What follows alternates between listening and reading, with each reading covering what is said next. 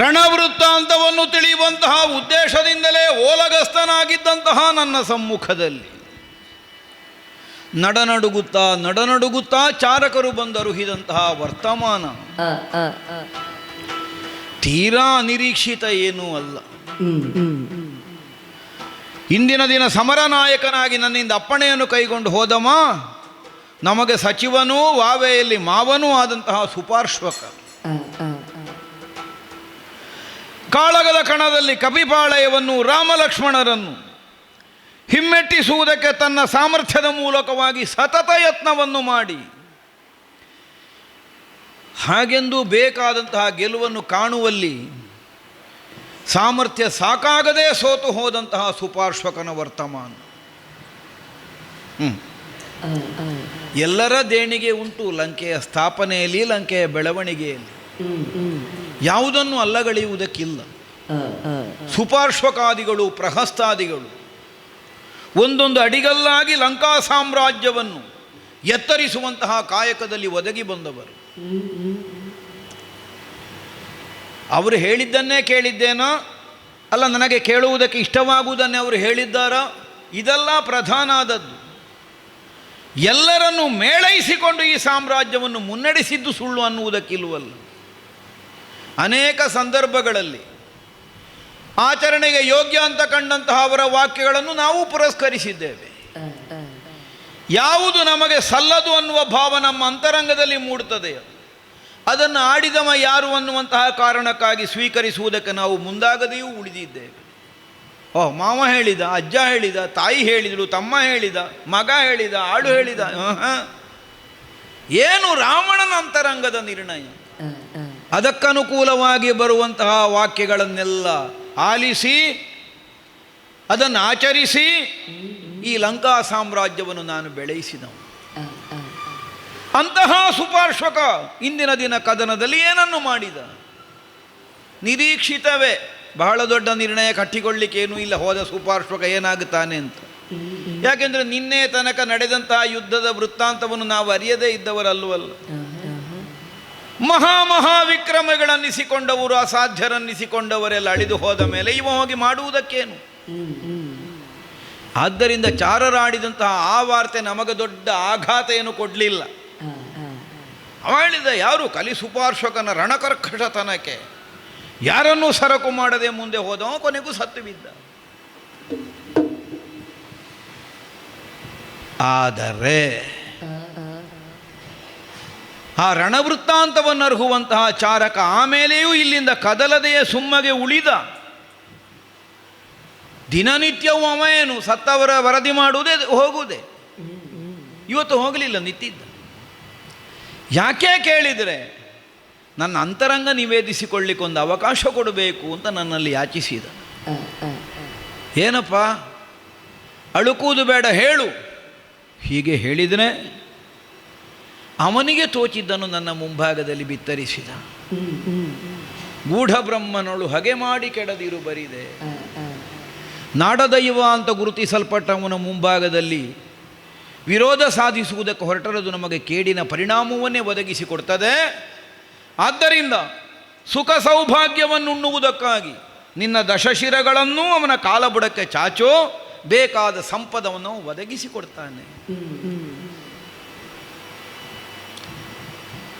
ರಾಮನ ಪಾದ ಮೂಲದಲ್ಲಿ ಶರಣಾಗು, ತಂದ ಜಾನಕಿಯನ್ನು ಬಿಟ್ಟುಕೊಡು, ಇದು ನಮಗೆ ಹೊಸ ಸಂದೇಶ ಅಲ್ಲ. ಅನೇಕರು ಇದನ್ನು ಹೇಳಿ ಆಗಿದೆ, ಹೇಳಿದವರ ಬಾಯಿ ಮುಚ್ಚಿಸಿಯೂ ಆಗಿದೆ. ಹೇಗೆ? ಸುಮಗಿರು, ಹೊರಗೆ ನಡೆ, ಇದು ಆಗುತ್ತದೆ ಕೊನೆಯ ಅಸ್ತ್ರ ಪ್ರಯೋಗ. ಆದರೆ ಇಂದಿನ ದಿನ ಈ ಭೃತ್ಯನಿಗೆ ಅಂತಹ ಉತ್ತರ ಕೊಡಲಿಕ್ಕೆ ನನಗೆ ಸಾಧ್ಯ ಆಗಲಿಲ್ಲ. ಅವನ ಹತ್ರ ಬಾಯಿ ಮುಚ್ಚು, ಹೊರಗೆ ನಡೆ ಅನ್ನುವ ಹಾಗೆ ಹೇಳುವುದಕ್ಕೆ ನನಗೆ ಮನಸ್ಸು ಒಪ್ಪಲಿಲ್ಲ. ಯಾಕೆ ಒಪ್ಪಲಿಲ್ಲ? ಅವನದ್ದಾದಂತಹ ಅಂತರಂಗದ ಭಾವ ನನಗೆ ಸ್ಫುಟವಾದ್ದರಿಂದ ಸಾಧ್ಯ ಆಗಲಿಲ್ಲ. ನಮಗಾಗದೇ ಇದ್ದವರನ್ನು ಹೊಡೆಯುವ ಬುದ್ಧಿ ನಮ್ಮಲ್ಲಿ ಸದಾ ಜಾಗೃತವೇ. ಅದರರ್ಥ ನಮ್ಮ ಅಂತರಂಗದಲ್ಲಿ ಪ್ರೀತಿ, ಕರುಣೆ, ಅನುಕಂಪ, ದಯೆ, ದಾಕ್ಷಿಣ್ಯ ಯಾವುದೂ ಇಲ್ಲ ಅಂತಲ್ಲ. ಅದೇ ಯಾವುದೂ ಇಲ್ಲ ಅಂತಾದರೆ ಮತ್ತೆ ನನಗೆ ಸಂಸಾರ ಎಂಥದ್ದಕ್ಕೆ, ಈ ಸಾಮ್ರಾಜ್ಯದಲ್ಲಿ ಇಷ್ಟು ಮಂದಿಗಳೆಂಥದ್ದಕ್ಕೆ? ಈಗ ನಮ್ಮವರೆಲ್ಲರ ಒಳಿತನ್ನು ಸಾಧಿಸುವಂತಹ ಉದ್ದೇಶಕ್ಕಾಗಿಯೇ ನಾನು ವಿನಿಯೋಗವಾಗಬೇಕಾದದ್ದು ಯಾಕೆ? ಎಲ್ಲವೂ ಇದೆ.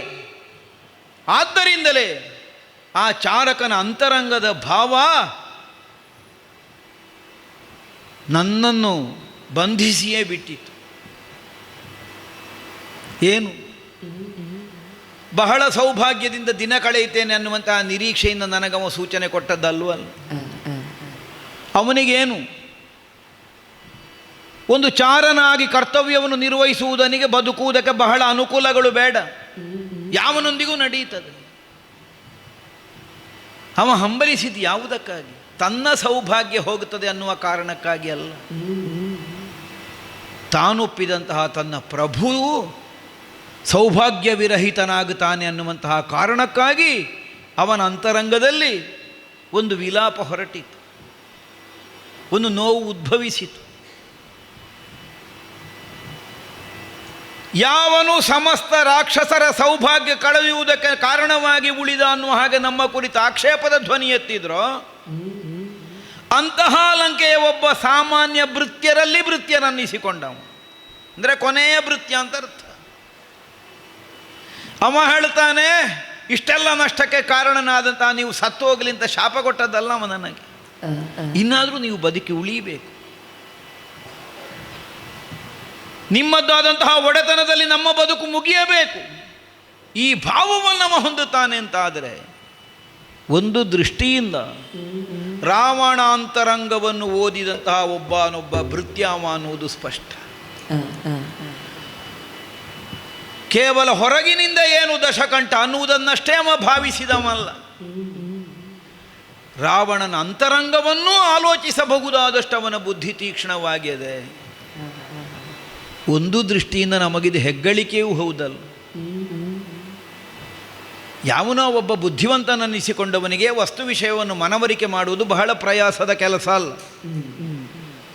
ಅವನಿಗೆ ಪೂರ್ವಾನುಭವ ಇರ್ತದೆ, ಪೂರ್ವ ಪರಿಚಯ ಇರ್ತದೆ. ಆದ್ದರಿಂದ ಆ ಪರಿಚಯದ ಹಿನ್ನೆಲೆಯಲ್ಲಿ ಹೇಳಿದರೆ ಸಾಕಾಗ್ತದೆ, ಅರ್ಥ ಮಾಡಿಕೊಳ್ಳಿಕ್ಕೆ ಬರ್ತದೆ. ಯಾವನ ಆ ಕುರಿತಾಗಿ ಪ್ರಾಥಮಿಕವಾದ ಪರಿಚಯವೂ ಇಲ್ಲದೆ ಇದ್ದವನೋ ಅವನಿಗೆ ಒಂದು ವಿಷಯ ಮನವರಿಕೆ ಆಗುತ್ತದೆ ಅಂತ ಆದರೆ ಅದು ಒಬ್ಬ ಪ್ರಭುವಾದವನ ಬದುಕಿನ ಸಾರ್ಥಕ್ಯ. ಒಬ್ಬ ಸಾಮಾನ್ಯ ಭೃತ್ಯನಿಗೂ ಗೊತ್ತಾಗಿ ಹೋಯಿತು. ಯಾರೋ ನಾಡ ದೊರೆಯಾಗಿ ಇಂದಿನ ದಿನ ಕಾಣಿಸಿಕೊಂಡವ ಯಾರು? ದೊರೆಗಳೇ ನೀವು ಬದುಕಬೇಕು, ಆದರೆ ನಾಡ ದೊರೆ ಅವನ ಕಾಲಿಗೆ ಹೋಗಿ ಬೀಳಿ. ಅಯೋಧ್ಯೆಯ ಮಂದಿಗಳಿಗೂ ಅರ್ಥ ಆಗಲಿಲ್ಲ ರಾಮ ಯಾರು ಅಂತ. ನಮ್ಮ ಕೊನೆಯ ಭೃತ್ಯನಿಗೂ ಗೊತ್ತಾಗಿದೆ ರಾಮ ಏನು ಅಂತ. ಹಾಗಿದ್ರೆ ಹೆಗ್ಗಳಿಕೆ ಅಲ್ವೋ ಇದು? ದಶಕಂಠನ ಬದುಕಿನದ್ದು. ಅಂತಹ ಒಂದು ಸಂಸ್ಕಾರವನ್ನು ಕೇವಲ ಮಾಂಸ ಮದ್ಯಾಶನಿಗಳಾಗಿ ರಾತ್ರಿಯಲ್ಲೆಲ್ಲಿಯೋ ತಿರುಗಿ ಹಗಲಿನಲ್ಲಿ ಮುಖ ತೋರಿಸುವುದ ಕಂಜಿ ಬದುಕು ಸಾಗಿಸುತ್ತಿದ್ದಂತಹ ರಾಕ್ಷಸರಿಗೆ ಇಂತಹ ಒಂದು ವಿವೇಕ ಜಾಗೃತವಾಗುವಷ್ಟು ಸಂಸ್ಕಾರ ಸಿದ್ಧವಾಗಿದೆ ಅಂತಾದರೆ ಅದು ದಶಕಂಠನ ಹೆಗ್ಗಳಿಕೆ ಅಂತ ನಮಗೆ ಅಂತರಂಗಕ್ಕೆ ಅನ್ನಿಸಿತು. ಆದರೆ ಪರಿಣಾಮ ಅರ್ಥ ಆಗುವಾಗ ಬಹಳ ತಡಾಗಿ ಹೋಯಿತು, ಅಷ್ಟೇ ಇರೋದು. ಏನು ಎಲ್ಲ ಮುಗಿದ ಮೇಲೆ ಅರ್ಥ ಆಯಿತು. ಆದ್ದರಿಂದಲೇ ಅವನ ಹಂಬಲವನ್ನು ಕೈಗೂಡಿಸಿಕೊಳ್ಳುವಲ್ಲಿ ನನಗಿರಬಹುದಾದಂತಹ ಅಸಮರ್ಥತೆಯನ್ನು ಯೋಚಿಸಿದಾಗ ನಮಗೂ ಅಂತರಂಗದಲ್ಲಿ ಆ ಕುರಿತಾದಂತಹ ಒಂದು ನೋವು ನಮ್ಮ ಹೃದಯವನ್ನು ಹಿಂಡಿದ ಹಾಗಾಗಿ ಹೋಯಿತು. ಬೇಕು ಬೇಕು ಅಂತ ಹಂಬಲಿಸುವ ಕಾಲದಲ್ಲೇ ಮುಗಿಸಬೇಕಾದ ಅನಿವಾರ್ಯತೆ ಬಂತಲ್ಲ, ಏನು ಮಾಡೋಣ? ಆದ್ದರಿಂದಲೇ ಕೇವಲ ಕೈ ಸನ್ನೆಯಿಂದಲೇ ಅವನನ್ನು ಹಿಂದಕ್ಕೆ ಕಳುಹಿಸಿದೆ, ಪ್ರತಿ ಉತ್ತರವೇ ಕೊಡಲಿಲ್ಲ. ಅವ ಹೇಳಿದ್ದು ಸರಿಯೋ, ನಾನು ನಡೆಯಬೇಕಾದದ್ದು ವಿಧಾನವೋ ಅದುವೋ ಅಥವಾ ಇನ್ನೇನಾದರೂ ತೀರ್ಮಾನವೋ, ಅವನಲ್ಲಿ ಎಲ್ಲ ವಿಮರ್ಶಿಸಬೇಕಾದದ್ದು. ಒಂದು ಕ್ಷಣ ನನ್ನ ಒಳಮನಸ್ಸಿಗೆ ಹಿಡಿದ ಕೈಗನ್ನಡಿಯಾಗಿ ಹೋಯಿತು ಚಾರಕನ ಮಾತು. ಅದೇ ಹೌದಾದರೆ ನನ್ನ ಅಂತರಂಗದ ಶೋಧನೆ ಮತ್ತೊಮ್ಮೆ ಆಗಬೇಕಾದ ಅವಶ್ಯಕತೆ ಉಂಟು. ಯಾಕೆ? ಬಹಳ ಕಾಲ ನಾವು ಗುಟ್ಟಾಗಿ ಉಳಿಸಿದಂತಹ ಒಂದು ಸತ್ಯವಾದರೂ ಕಾಲವರಿತು ಪ್ರಪಂಚಕ್ಕೆ ಪ್ರಕಟ ಆಗಬೇಕಾಗುತ್ತದೆ. ಪ್ರಕಟವಾಗದೇ ಹೋದರೆ ಆ ವ್ಯಕ್ತಿತ್ವವೇ ಅರ್ಥ ಆಗೋದಿಲ್ಲ. ಹಾಗಾಗಿ ಒಮ್ಮೆ ಅಂತರಂಗದ ಶೋಧನೆ ಬೇಕು. ಬಹಳ ಮಂದಿಗಳಿಲ್ಲ ನಮ್ಮ ಆಸ್ಥಾನದಲ್ಲಿ, ಆದರೆ ಇರುವ ಮಂದಿಗಳು ಸಾಕು. ಏನಾದರೂ ನನ್ನ ಮುಖದಲ್ಲಿ ಒಂದು ವಿಷಾದದ ಛಾಯೆ ಕಾಣಿಸಿದರೆ, ಕಣ್ಣಿನಲ್ಲಿ ಒಂದು ಬಿಂದು ನೀರು ಜಿನುಗಿದರೆ, ಇದು ರಾಕ್ಷಸ ಸಾಮ್ರಾಜ್ಯದ ಸರ್ವಪತನ ಅನ್ನುವಂತಹ ಭಾವದಿಂದ ಅವರು ಹತಾಶರಾಗಿ ಹೋಗುತ್ತಾರೆ. ಇಲ್ಲ, ಒಬ್ಬ ನಾಯಕ ಸ್ಥಾನದಲ್ಲಿರುವವನಿಗಿರುವ ಹೊಣೆ ಏನು? ತಾವೆಷ್ಟೇ ಅಧೀರರಾಗಲಿ ನಮ್ಮನ್ನು ಅನುಸರಿಸುವವರ ಮುಂಭಾಗದಲ್ಲಿ ಅದು ಕಾಣಕೂಡದು. ಏನಿದ್ರೂ ಅಂತರಂಗದಲ್ಲಿ ಅದನ್ನು ಹುದುಗಿಸಿಟ್ಟುಕೊಳ್ಳಬೇಕಾಗುತ್ತದೆ.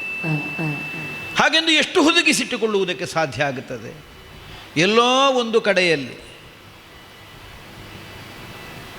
ಅರಿಯಲಾರದೇ ಇದ್ದವರು, ಅರಿಯಬಾರದೇ ಇದ್ದವರು ಇಲ್ಲದೇ ಇರುವಲ್ಲಾದರೂ ನಾವು ಅದನ್ನು ಹೊರಗಡಹಿಕೊಳ್ಳಲೇಬೇಕು. ಯಾಕೋ ಪಕ್ಕನೆ ಮಂಡೋದರಿಯ ನೆನಪಾಯಿತು.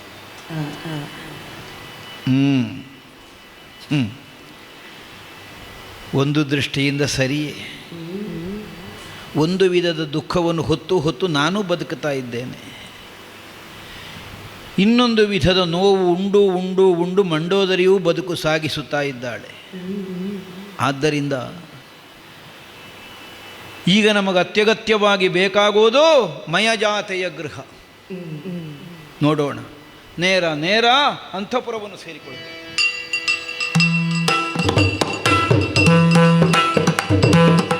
ಬಂದು ಸೇರಿದನಲ್ಲ ಅಂತಃಪುರವನ್ನು. ರತ್ನ ಪಲ್ಲಂಗದ ಮೇಲೆ ಕುಳಿತಿದ್ದೇನೆ. ಸದಾ ಕಾಲ ನನ್ನ ಆಗಮನದ ನಿರೀಕ್ಷೆಯಲ್ಲೇ ಹೊಸ್ತಿಲ ಬಳಿಯಲ್ಲೇ ನಿಂತು ನನ್ನ ಸ್ವಾಗತಕ್ಕಾಗಿ ಸಿದ್ಧಳಾಗಿ ಒದಗುತ್ತಿದ್ದಂತಹ ಮಂಡೋದರಿ ಸನಿಹದಲ್ಲಿ ಕಾಣಿಸುತ್ತಲೇ ಇಲ್ಲ. ಸರಿಯೇ, ಅವಳ ನಿರೀಕ್ಷೆಯೂ ಇರಲಿಕ್ಕಿಲ್ಲ ಈ ಸಮಯಕ್ಕೆ ನಾನು ಬಂದೇನು ಅಂತ. ಯಾಕೆ? ಲಂಕಾನಗರಿಯನ್ನು ಆವರಿಸಿ ನಿಂತಿರುವಂತಹ ಯುದ್ಧದ ಬಿಸಿಯೇರಿದಂತಹ ವಾತಾವರಣ. ಆದ್ದರಿಂದ ತಂಪಿನಲ್ಲಿ ಕುಳಿತುಕೊಳ್ಳುವುದಕ್ಕೆ ನಮ್ಮ ಪತಿಯಾದರೂ ಬರುವುದಕ್ಕೆ ಹೇಗೆ ಸಾಧ್ಯ? ಈ ಒಂದು ನಿರ್ಣಯವನ್ನು ಆಕೆ ತಳೆದಿದ್ದರೂ ಅಸಹಜವಾದದ್ದಲ್ಲ. ಒಂದು ದೃಷ್ಟಿಯಿಂದ ಒಳ್ಳೆಯದೇ ಆಯಿತು. ಆತ್ಮದರ್ಶನಕ್ಕಾಗಿ ಸಾಧನೆ ಮಾಡುವಂತಹ ಋಷಿಮುನಿಗಳ ಹಾಗೆ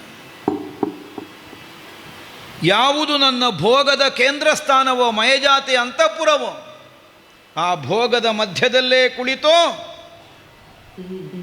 ಒಂದು ಆತ್ಮದರ್ಶನದ ಕಾಯಕಕ್ಕೆ ಮುಂದಾಗುವಂತಹ ಒಂದು ಅವಕಾಶ ತಾನಾಗಿ ಒದಗಿ ಬಂದಿದೆ ಅನ್ನುವುದು ಸ್ಪಷ್ಟ.